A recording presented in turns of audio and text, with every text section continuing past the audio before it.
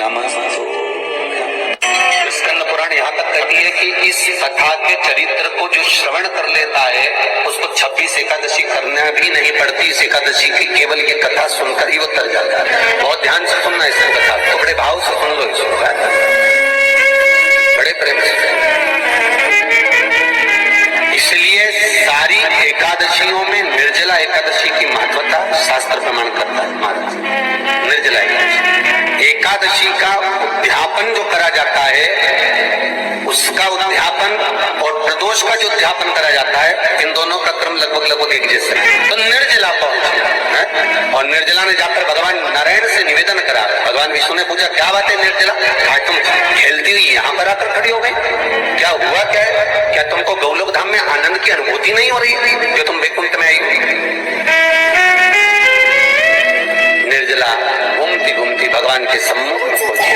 भगवान पूछ रहे, बार बार पूछ रहे, निर्जला हुआ क्या तुमको?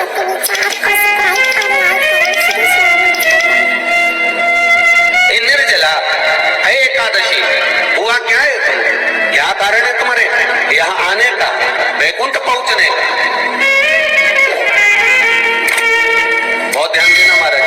शास्त्र कहता है सोमवार, मंगलवार, बुधवार, गुरुवार, शुक्रवार, शनिवार, ये देवता वो देवता सबके व्रत कर लो, सारे व्रत कर लो, पर ये व्रत आपको परमात्मा के धाम तक लेकर नहीं जा सकते, क्योंकि इनका जो पुण्य है वो मृत्यु लोक में आप थोड़ा सा भी व्रत करते हैं तो पुण्य समाप्त हो जाता है। पर हिंदू धर्म के 3 व्रत ऐसे बता दिए जिन व्रतों का पुण्य समाप्त नहीं हुआ। हिंदू धर्म के 3 व्रत ऐसे हो गए जिनका पुण्य समाप्त नहीं हुआ हमारे पास, जिनका पुण्य प्रबलता में बढ़ता गया। पहले नंबर पर एकादशी, दूसरे नंबर पर प्रदोष और तीसरे नंबर पर शिवरात्रि। एकादशी भी 26 है तो प्रदोष भी जम के बोलते जाओ 26 है। शिवरात्रि केवल बार, केवल बार, और अगर अधिक मास की पड़ जावे तो ये अधिक की आयु होती है। तो यहाँ शास्त्र कह रहा है कि 3 व्रत हमारे यहाँ जिनका पुण्य समाप्त नहीं हुआ, जिनका पुण्य प्रबल हुआ बड़ा, इसलिए आज भी माता एकादशी का व्रत करती है। और एकादशी का व्रत कर अगर कोई जीवात्मा को देते हैं, कोई मर भी गया तो उसको एकादशी का दान देते हैं। एकादशी का उसको दान दिया। महाराज निर्जला खड़ी पूछा क्यों आई है, क्या कारण? निर्जला आई तब लक्ष्मी मैया उठकर निर्जला के करीब में गई।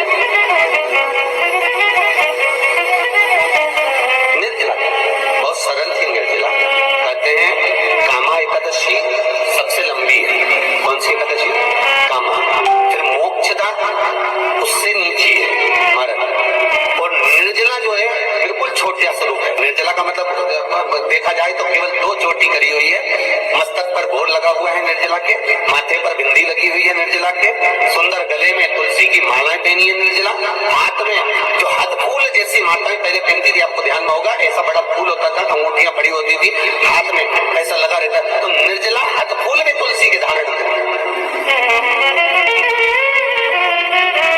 बड़ा सुंदर स्वरूप है माता निर्जला का। छोटी है। माता लक्ष्मी उनके पास में गई और निर्जला से जाकर पूछा, निर्जला तुम आने का कारण क्या है, तू बता। नारायण आपसे पूछ रहे हैं कि क्यों आई हो, किस लिए आई हो, क्या है तुम्हारे आने का कारण? निर्जला ने कहा मेरी विनती केवल इतनी सी है मां कि मैं ये चाहती हूँ कि मैं जीव के प्राण छूटने के बाद उसके प्राणों को जिस समय मैं लेकर जीवात्मा के प्राणों को परमात्मा तक भेजूं, वैकुंठ तक भेजूं, गौलोक धाम तक भेजूं, उस बीच में मुझे ले जाते समय कई नरक भी बीच में पड़ेंगे, कई स्थान ऐसे कैतरणी आदि स्थान बीच में आएंगे, तो वो स्थान में मुझे रोका ना जाए, मैं सीधे भगवान के धाम पहुंच जाऊं। ऐसी कृपा, ऐसी दया। जितनी माताएं एकादशी का व्रत करती, बहुत ध्यान से सुनना आज की कथा, शायद जिंदगी में मिली ना मिली, पर ये कथा कथा का रिश्ता तो बहुत ध्यान से सुनना। स्कंद पुराण यहाँ तक कहती है कि इस कथा के चरित्र को जो श्रवण कर लेता है उसको 26 एकादशी करना भी नहीं पड़ती। इस एकादशी की केवल ये कथा सुनकर ही वो तर जाता है। बहुत ध्यान से सुनना इस कथा को। सबसे पहला नियम एकादशी व्रत का सबसे पहला नियम है कि आप जिस दिन व्रत करो उसके एक दिन पहले भक्ति का संचार इस हृदय में करो।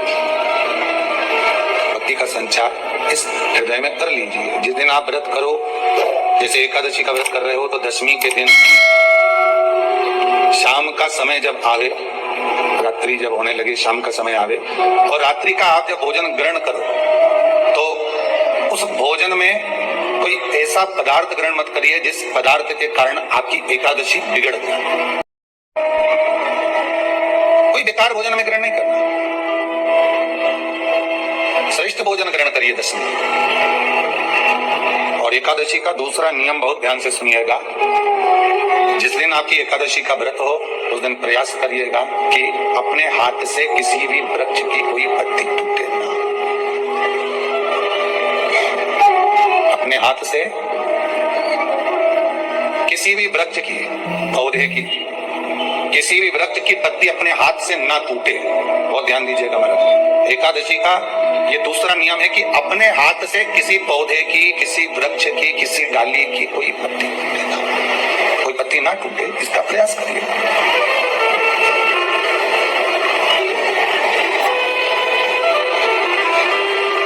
कितना सुंदर व्याख्यान कहा है, कितना सुंदर वर्णन है महाराज कि मात्र एकादशी का व्रत कर लेने पर, मात्र एकादशी का व्रत कर लेने पर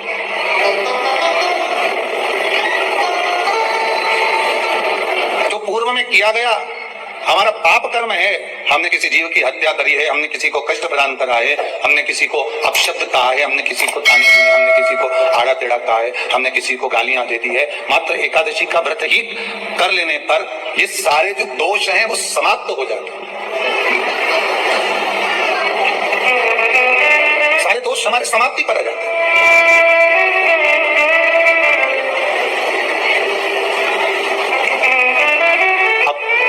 विचार करिएगा थोड़ा सा अपने मन में, अपने चित्त में, अपनी वृत्ति में एक बात उतारिएगा। एक अपने मन में एक बात को उतार कर रखिएगा कि आप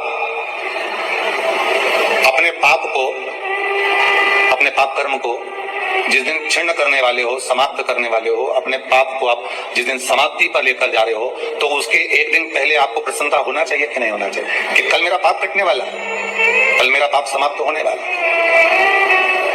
जो मैंने पाप कर्म करा है वो समाप्त होगा, जो मैंने पाप कर्म करा है वो कल समाप्त हो जाएगा। तो एक दिन पहले आपके चेहरे पर प्रसन्नता होगी ना होगी?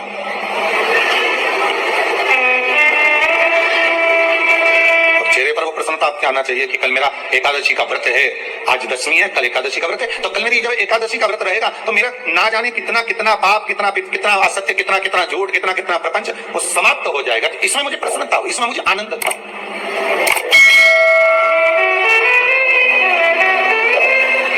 क्या कहा गया कि प्रयास करिएगा कि एकादशी के दिन कोई वृक्ष की, कोई डाली की, कोई पीपल की कोई पत्ती ना तोड़ी जाए। क्यों? तो कहा अगर उस पत्ती को हम तोड़ देते हैं, वृक्ष की पत्ती को या क्यारे में लगी हुई कोई डाली की पत्ती को हम तोड़ देते हैं तो एकादशी का पुण्य फल प्राप्त नहीं।